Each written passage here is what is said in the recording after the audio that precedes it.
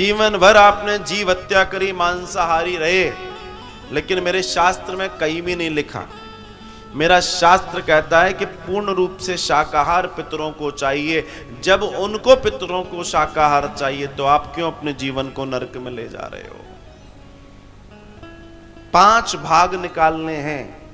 ये मैंने शायद 2-3 दिन, 1-2 दिन पहले भी आपको बताया। सबसे पहले आपको श्राद्ध भोजन को, सबसे पहले अग्नि देवता को, सबसे पहला भोग अग्नि देवता का लगेगा, किसी का नहीं लगेगा। उसके बाद आपको गौ माता का भोग निकालना है, और गौ माता का भोग निकाल के आपको प्रणाम करना है और बोलना है गोभ्येम नमः, गौ माता को नमः करना है। फिर आपको श्वान कुत्ते का भोग निकालना है और आपको बोलना है द्वौशानो नमः, आपको श्वान को नमः करना है, प्रणाम करना है। आपको देवताओं का भोग, जैसे 2 पूड़ी सब्जी जो भी आप बनाया है निकालने हैं, अलग अलग रखते हैं। देवता को भोग निकालना है, देवा देव्यो नमः। कौवे को निकालना है, वायु देव्यो नमः। और ऐसे ही आपको 5वां भोग निकालना है चींटियों के लिए, चींटी पिपलिका देव्यो नमः, उनको भी प्रणाम करना है। तो 5 भोग आपको निकालने परम आवश्यक हैं। और उसके बाद फिर ब्राह्मण देवता आपके आएंगे, दाईं ओर खड़े होकर पत्नी और बाईं ओर पति खड़े हों और उनके चरणों को जल से आपको धुलवाना है, सुंदर आसन देना है और उनको बड़े प्रेम से भोजन कराना है। अगर संभव हो, आपकी श्रद्धा प्रगाढ़ हो, आपको उन ब्राह्मण देवता में अपने पितरों के दर्शन हो रहे हों, क्योंकि देखो भैया, दुनिया में हर काम करने के 2 नियम है, एक करना पड़ रहा है और एक करना चाहते हैं। तो जो करना पड़ रहा है वो तो वहां तो फॉर्मेलिटीज होती हैं, लेकिन जब वास्तव में हृदय से कोई करना चाहता है तो शास्त्र कहता है कि चूंकि श्राद्ध पक्ष में जब ब्राह्मण देवता आपके यहां भोजन कर रहे हैं, तब आपको उनकी 4 प्रदक्षिणा, 4 बार उनकी प्रदक्षिणा जरूर करनी चाहिए। उनको सुंदर आसन, जब आप उनको भोजन कराएं तो उनकी विदा करें, उनको तिलक करें, उनकी आरती उतारें, उनको दक्षिणा दें,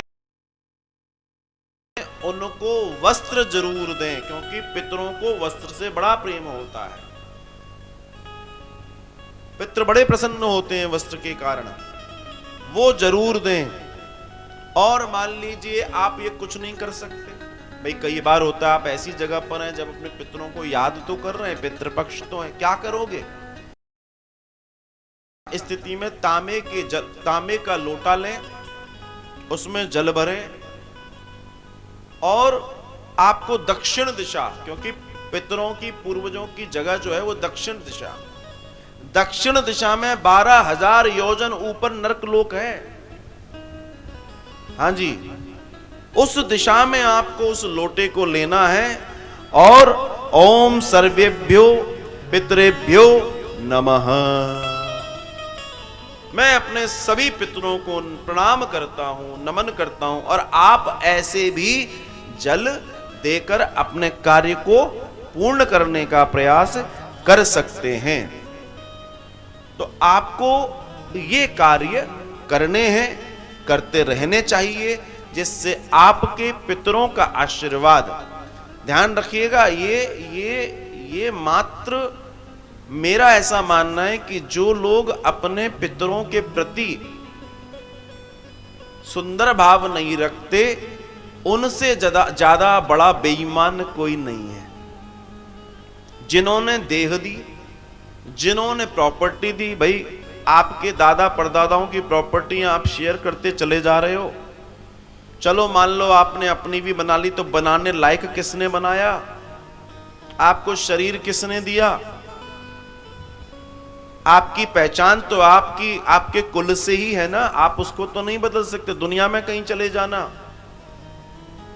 दुनिया में कहीं चले जाना, आपकी पहचान तो आपके लोगों से ही है ना। आपकी नाक बताती है ना कि आपके दादाजी कौन थे, परदादा कौन थे, बर बाबा कौन थे, सब बताते हैं ना, आपका नक्शा बताता है ना। शरीर कभी नहीं भूलता अपनी याददाश्त, ध्यान रखना। शरीर की याददाश्त और जल की याददाश्त बहुत मजबूत होती है, वरना आप अपनी चौथी, पांचवी, छठवीं पीढ़ी, आठवीं पीढ़ी, कई बार लोगों के हैं ऐसी व्यवस्थाएं, पेंटिंग्स जिनके पास समृद्धि रही है, तो आज आप खड़े होकर अपना फोटो और आपकी सातवीं, आठवीं, पिछली पीढ़ी की कोई पेंटिंग या कुछ देखना, आपके नैन नक्शों की तो बात जो है ठीक है, लेकिन आपकी नाक हूबहू उनके जैसी होगी। शरीर नहीं भूलता अपनी पहचान, कभी नहीं भूलता। तो हमें चाहिए कि हम उनका सम्मान करें जिनके वजह से हम सम्मानजनक जीवन जी रहे हैं आज, उनको थैंक यू बोलें। और हमें पूरी जिंदगी, पूरे साल सब कुछ करते हैं, उनका थैंक यू क्यों ना करें जिनके वजह से हम हैं।